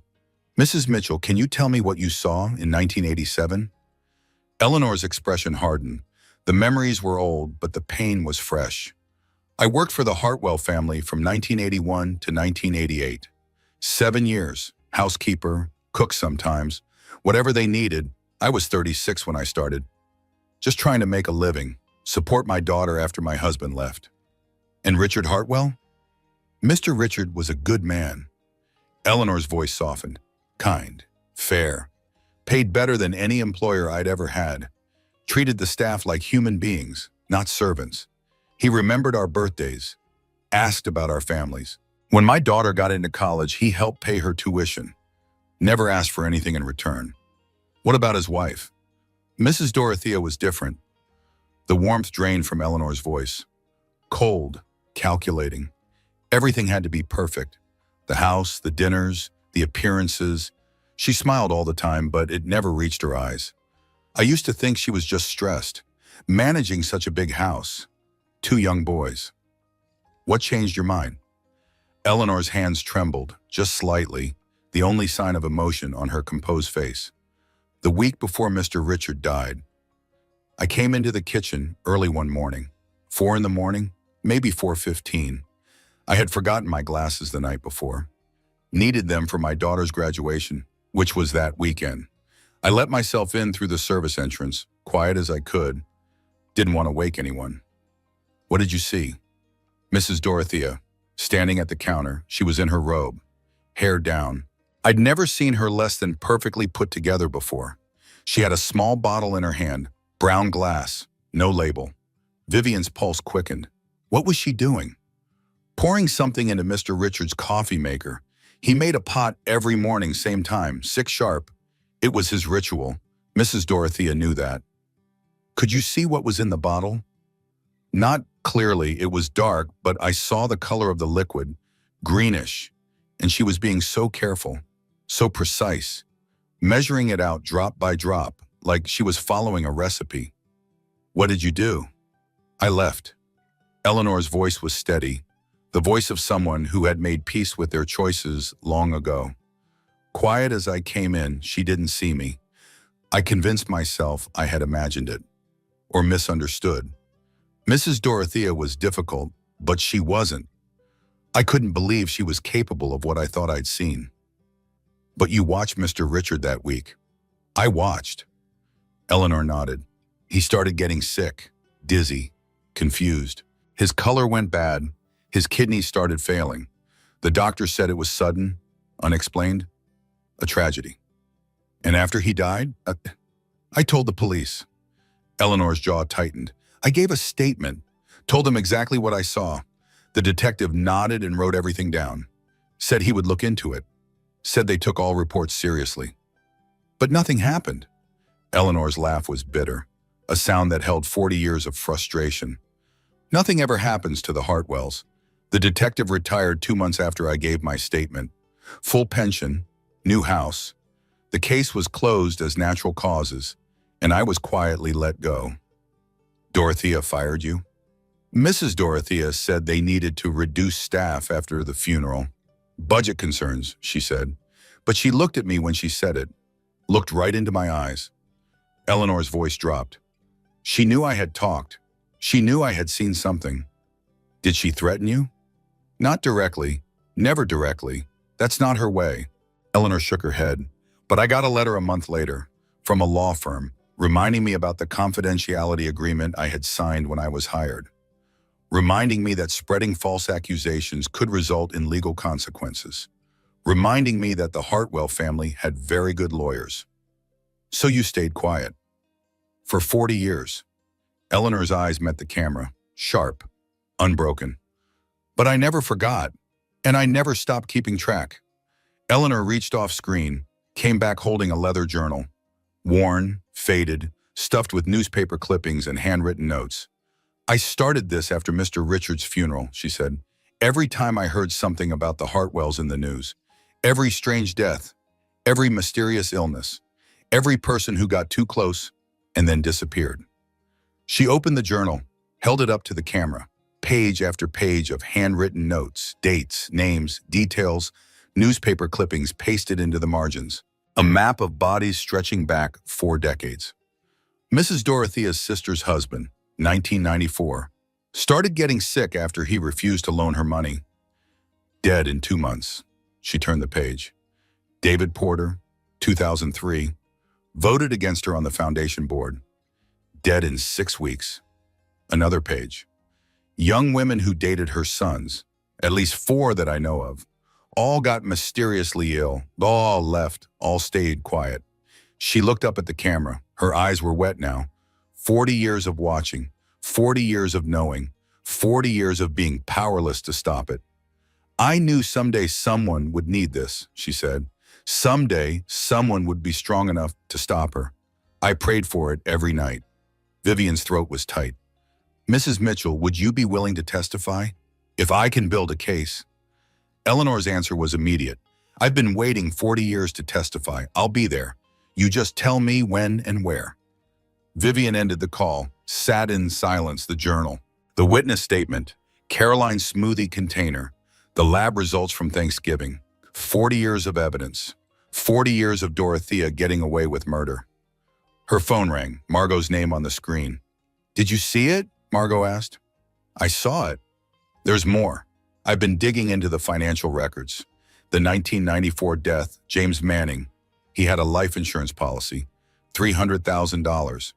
Beneficiary was his wife, Barbara, Dorothea's sister, who then loaned $50,000 to Dorothea 2 months later to help with charitable expenses. Margot's voice was grim. So Dorothea killed her sister's husband for money. It looks that way.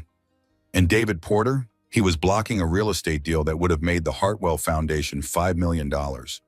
After he died, the deal went through. Pattern upon pattern, murder upon murder. I need to bring this to Kincaid, Vivian said. You're on leave. Then it goes through you, officially as your investigation. Silence on the line, Margot processing.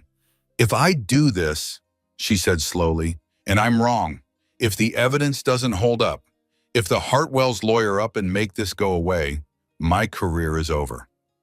If we're right, you'll have caught a serial killer who's been operating for 4 decades. And if they bury it like they've buried everything else? Vivian thought about Eleanor Mitchell, 83 years old, waiting 4 decades for justice.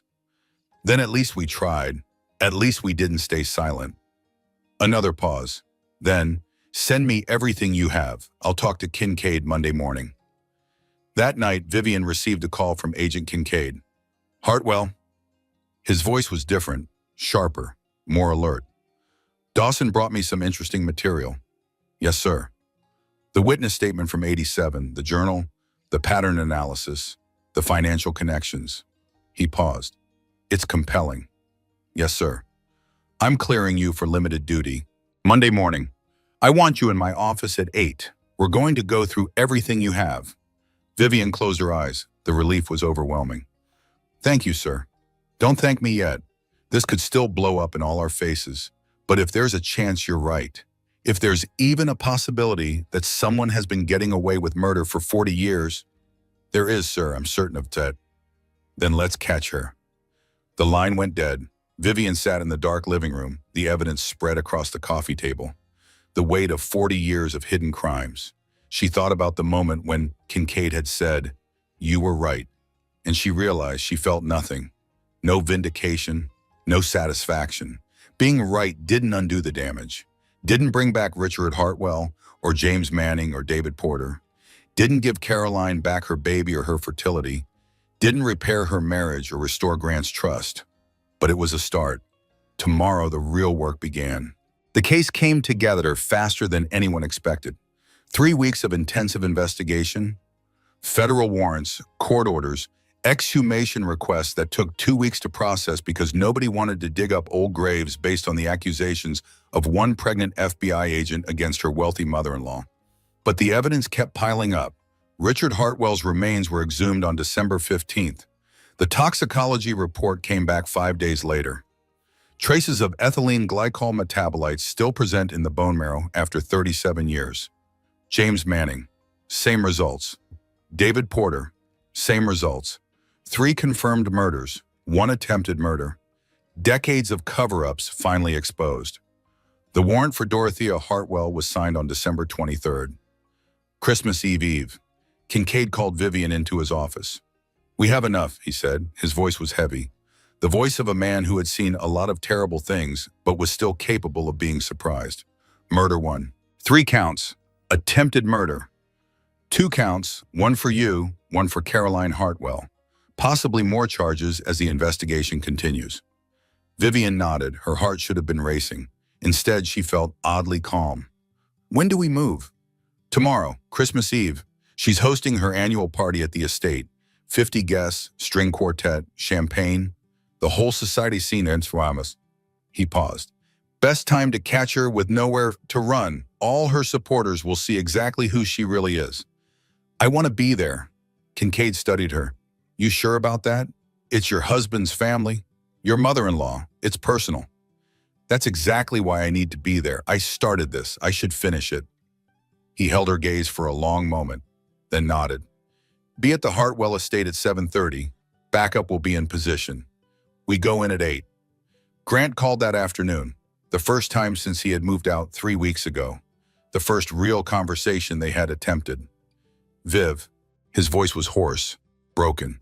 I just heard there are federal agents all over town. Warrants, what's happening? She stood at the window of her empty house, the house they had bought together, the life they had planned together. I did my job, she said. They're saying Mom is being arrested for murder. Yes, that's insane. There must be some mistake. The evidence, there's no mistake. We have lab results.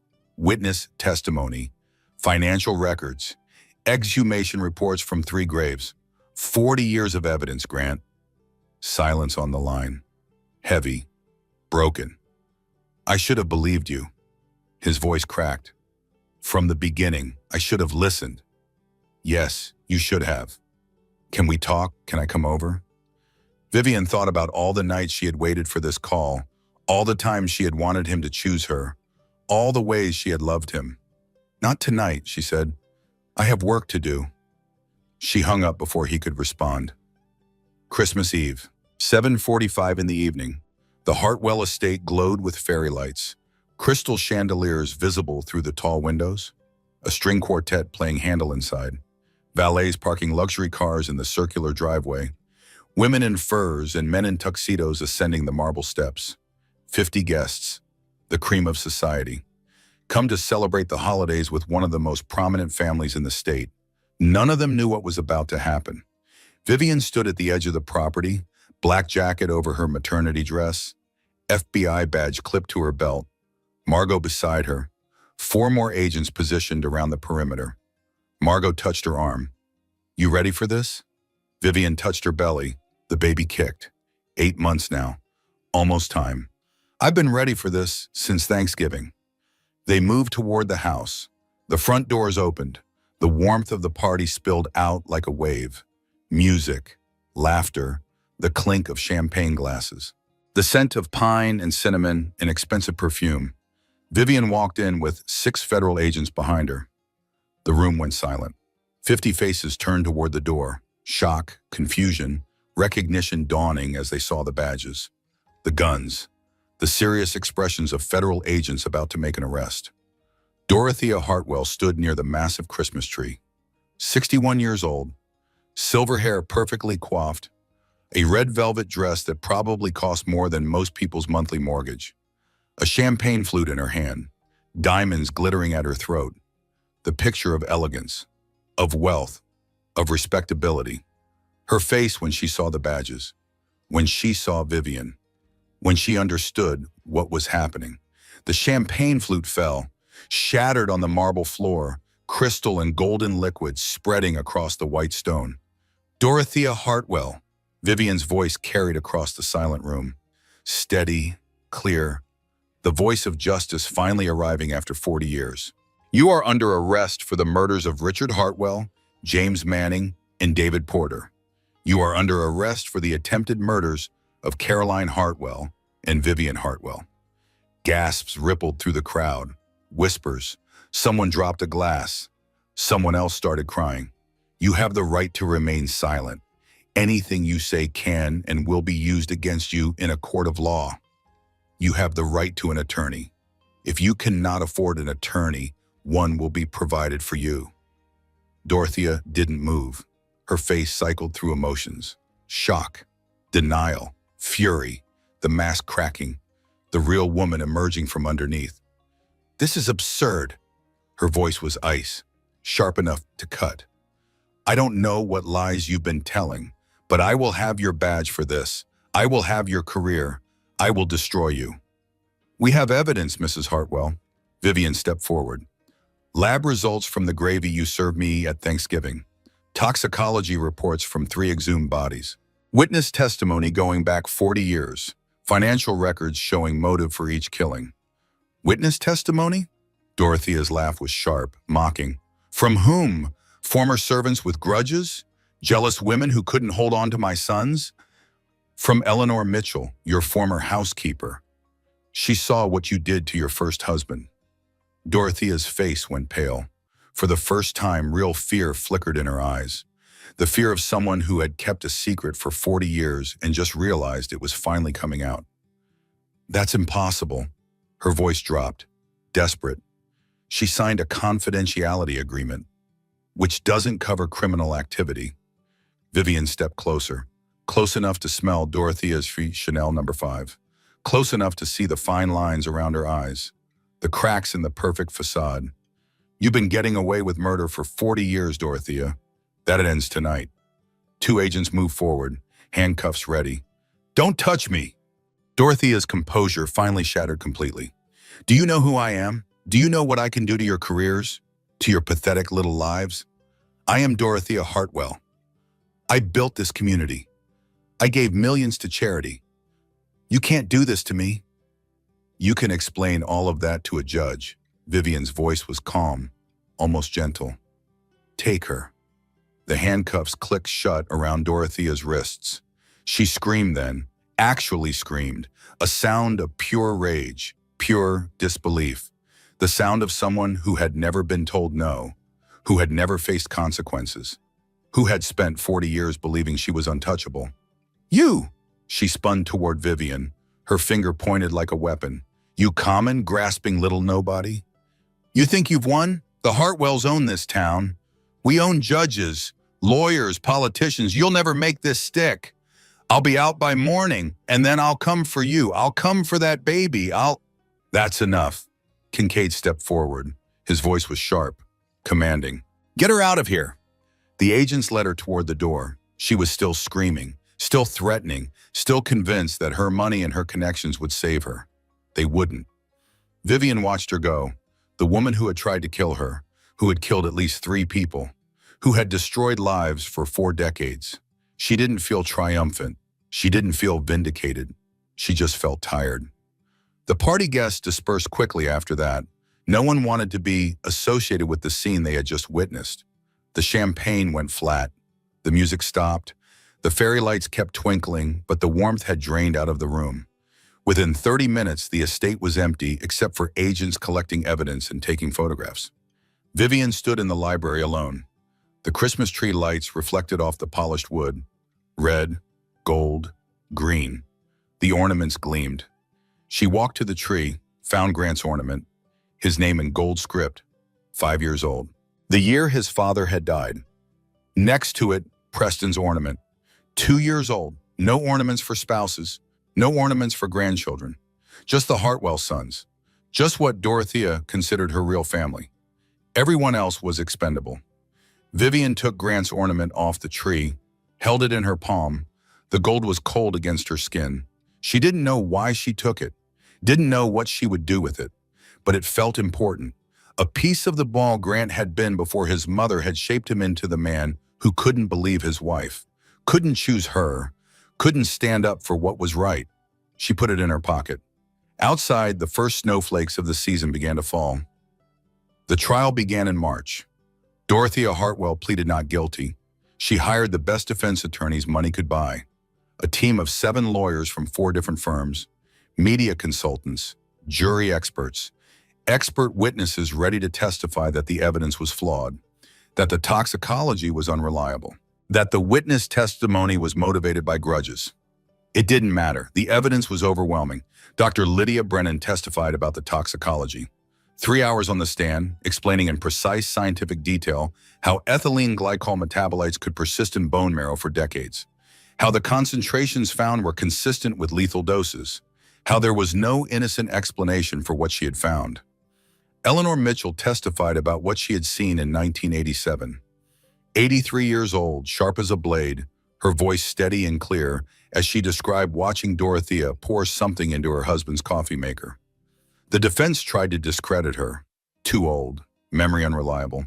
40 years had passed. Eleanor didn't waver. I've been waiting 40 years to tell this story, she said. I remember every detail. I remember the bottle in her hand. I remember the color of the liquid. I remember the look on her face when she thought no one was watching. Caroline testified about the smoothie, about the miscarriage, about 5 years of suspecting the truth and being too afraid to speak. The defense tried to paint her as mentally unstable, a bitter woman who couldn't get pregnant, looking for someone to blame. Caroline didn't waver either. She took my baby, she said, her voice shaking but strong. And then she took my ability to ever have another one. I'm not bitter, I'm telling the truth. And then Vivian testified. 6 hours on the stand, every detail, every piece of evidence, every moment of Dorothea's systematic cruelty laid bare for the jury. The defense attorney tried everything, tried to paint Vivian as a vindictive daughter-in-law with an agenda, a federal agent who had abused her position for personal revenge, a pregnant woman whose hormones had clouded her judgment. Vivian answered every question calmly, thoroughly. without anger or emotion. Mrs. Hartwell, isn't it true that you had a contentious relationship with the defendant from the beginning of your marriage? It's true that the defendant never fully accepted me into her family. It's also true that she tried to kill me and my unborn child. And you expect this jury to believe that a prominent society matron, a pillar of this community, a woman who has given millions to charity, is secretly a serial killer. I expect this jury to believe the evidence, the lab results, the witness testimony, the financial records, the pattern of suspicious deaths spanning 4 decades. Vivian met the lawyer's eyes, steady, certain. The evidence speaks for itself. I'm just the person who finally listened. The defense attorney had no response. The jury deliberated for 3 days. 3 days of waiting, 3 days of uncertainty, 3 days of wondering if justice would finally be served. Vivian spent those days in her apartment with Elise. Her daughter had been born 2 weeks before the trial started. 7 pounds, 4 ounces, dark hair, blue eyes that would probably change. Perfect. She named her Elise Margot Hartwell, for the woman who had believed her when no one else would. On the 3rd day, the call came. Verdict ready, courtroom C, 2:15 in the afternoon. Vivian dressed carefully, put Elise in the carrier Margot had given her, drove to the courthouse with hands that didn't shake. The courtroom was packed. Media, spectators, Hartwells and their supporters on one side, Vivian's allies on the other. Caroline, Margot, Eleanor, who had flown up from Florida for this moment. The jury filed in, 12 faces, impossible to read. The foreman stood. On the count of murder in the first degree in the death of Richard Hartwell, we find the defendant guilty. A gasp rippled through the courtroom. On the count of murder in the first degree in the death of James Manning, we find the defendant guilty. Dorothea's face went pale. On the count of murder in the first degree in the death of David Porter, we find the defendant guilty.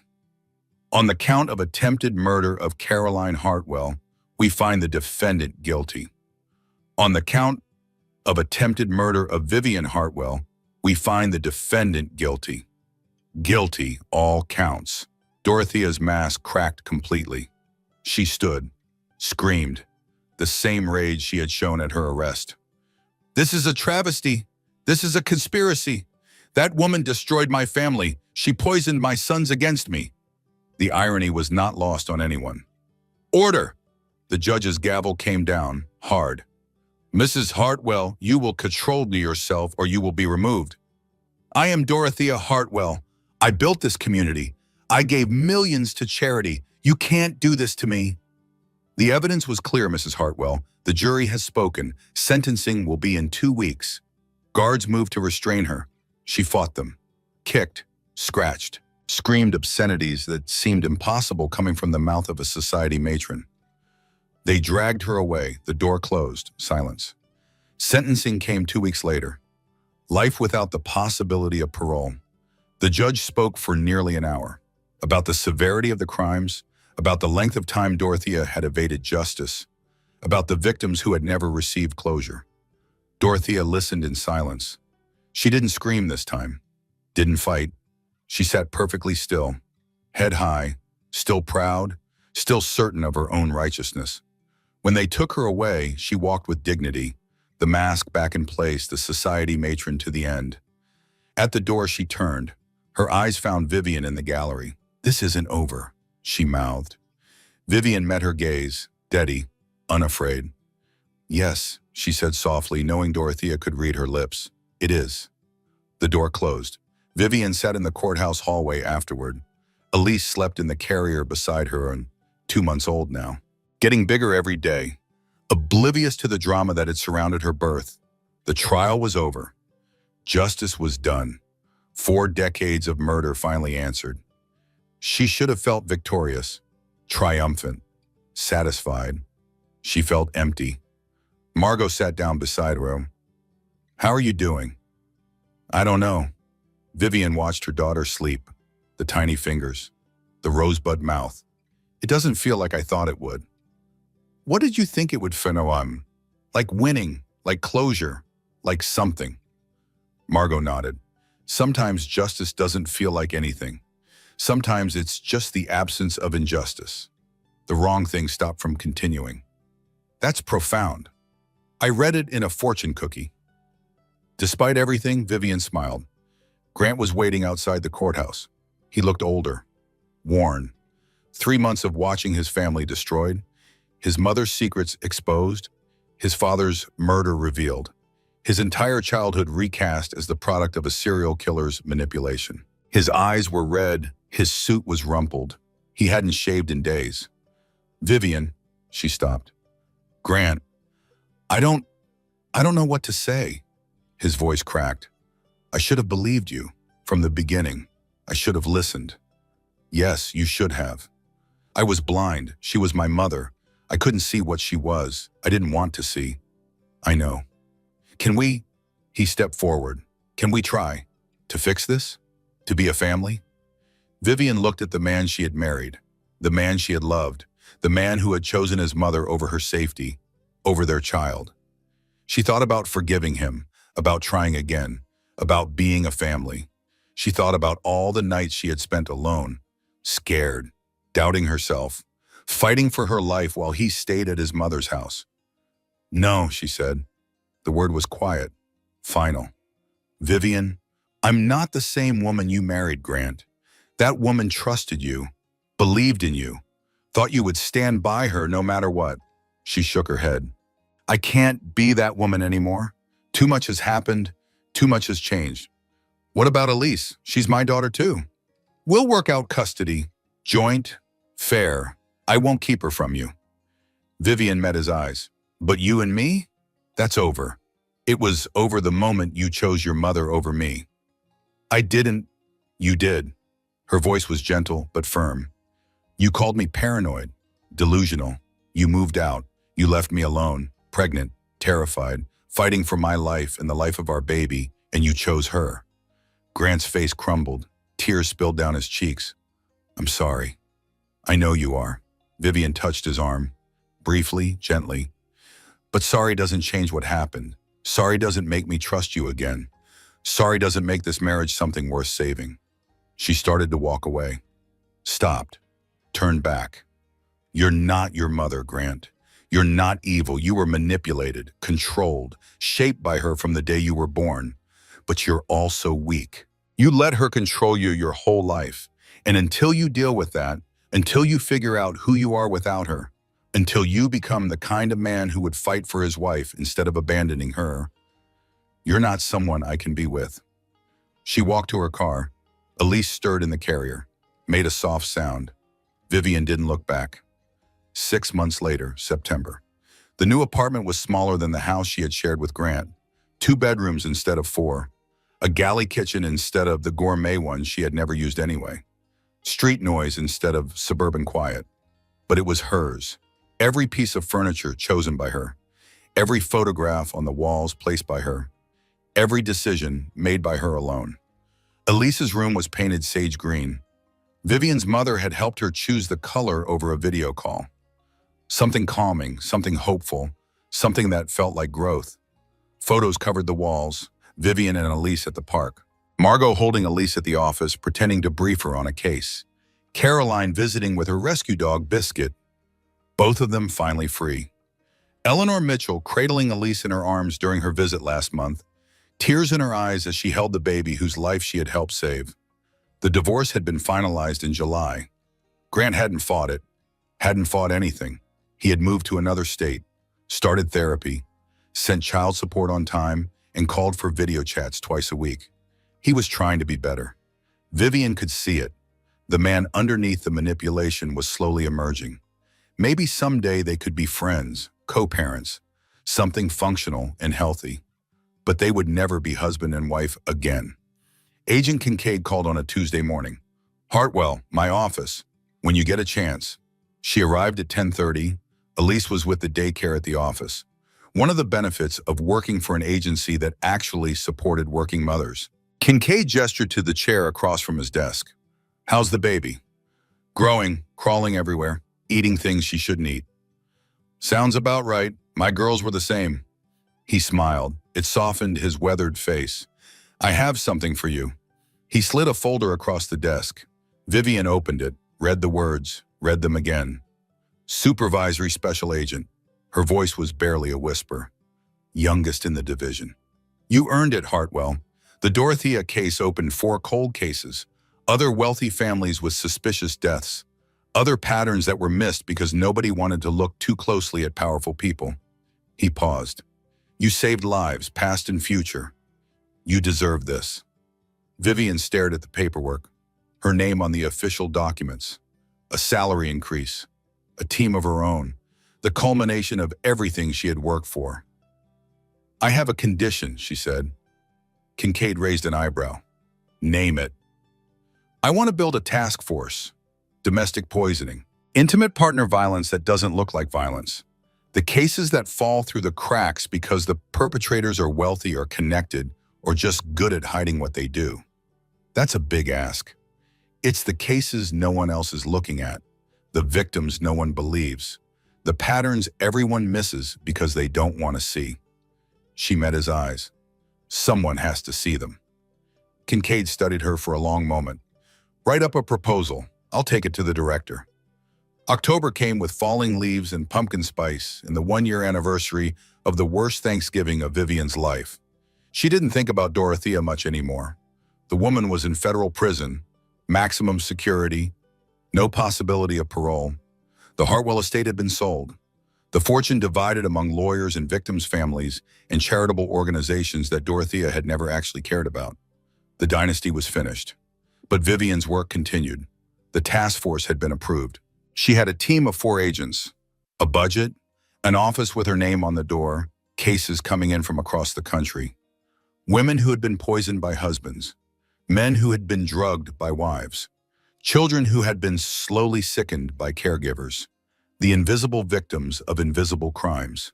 She couldn't save everyone. The cases were complex, the evidence often circumstantial, the perpetrators skilled at appearing innocent. But she could save some, and some was enough. Thanksgiving Day, Vivian's apartment, 12 people around a table she had bought secondhand and refinished herself. Margot Dawson and her husband Tom. Caroline, glowing and 5 months pregnant with a baby conceived through a new round of IVF, and a new husband named Daniel, who looked at her like she hung the moon. Eleanor Mitchell, who had flown up from Florida and was staying through Christmas this time. Dr. Lydia Brennan, who had become a close friend. 2 women from the support group Vivian had started for domestic poisoning survivors. A therapist named Beth, who had helped Vivian process everything that had happened. And Elise, 14 months old, sitting in her high chair, covered in mashed potatoes that she seemed more interested in wearing than eating. Vivian laughed, a real laugh, the kind that came from deep inside, the kind she had thought she would never feel again. She's got good aim, Margot observed as another handful of potatoes hit the floor. Future FBI agent for sure. God help us all, Tom replied. The turkey was golden. The gravy was store-bought. Nobody commented on that fact. Vivian stood at the head of the table, looked at the faces around her, the people who had believed her, supported her, stood by her when everything fell apart. Before we eat, she said, I want to say something. The table quieted.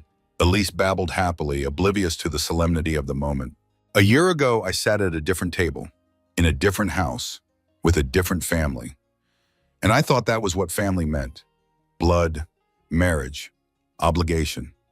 She took a breath. I was wrong. Carolyn's eyes were wet. Eleanor nodded slowly. Margot squeezed Tom's hand. Family is the people who believe you when no one else does, who stand with you when it's hard, who to see who you really are and love you anyway, who don't require you to be small or quiet or grateful, who fight alongside you instead of against you. She raised her glass. I'm grateful for the people who believed me when it mattered, for the people who stood with me, for this little girl who made me brave enough to fight. She looked at each face around the table. And for second chances, the table echoed. Second chances. Glasses clinked. Elise threw more mashed potatoes. Laughter filled the room. Later, after the dishes were washed and the guests had gone and Elise was asleep in her crib, Vivian stood at the window. The city lights twinkled below. Somewhere a siren wailed. Somewhere a car honked. Life continued. She thought about the woman she had been a year ago, scared, doubting herself, waiting for someone else to save her, waiting for her husband to believe her, waiting for the world to see what she saw. The woman in the window's reflection was different. Tired, yes, but certain, whole, complete in a way that had nothing to do with a husband or a marriage or a name. She had never needed saving. She had never needed someone else to believe it. She had just needed to remember who she was, to trust herself, to fight. The baby monitor crackled. Elise made a soft sound, a happy sound, a dreaming sound. Vivian walked to the nursery, stood over the crib, watched her daughter sleep. 14 months old, a whole life ahead of her, a world full of possibilities and dangers and choices. You're going to know your worth, Vivian whispered. From the very beginning, you're going to trust your instincts. Believe in yourself. Never let anyone make you doubt what you know to be true. She touched her daughter's cheek, soft, warm, alive. You're going to be strong and kind and brave. And if anyone ever tries to hurt you, you're going to fight back with everything you have. The baby sighed, content, safe, I promise. She turned off the light. Tomorrow there was work to do, cases to solve, women to save. But tonight was enough, and that is the story of Vivian Hartwell, the woman who refused to be silenced, who trusted her instincts when no one else would, who proved that sometimes the most dangerous monsters wear pearls and serve poison with a smile. If this story gave you chills, if you found yourself holding your breath, if you wanted to stand up and cheer when those handcuffs clicked shut on Christmas Eve, then do me a small favor. Hit that like button. It tells me you want more stories like this. Drop a comment below. Tell me, have you ever had a gut feeling that something was wrong and everyone told you that you were crazy? I want to hear your story. Share this with someone who needs to hear it, someone who has been doubted, someone who has been gaslit, someone who needs to know that their instincts matter. And if you haven't already, subscribe to this channel and turn on notifications. Because every week, I bring you stories of ordinary people who faced extraordinary evil and won. Remember, trust yourself. Your instincts exist for a reason. I will see you in the next story.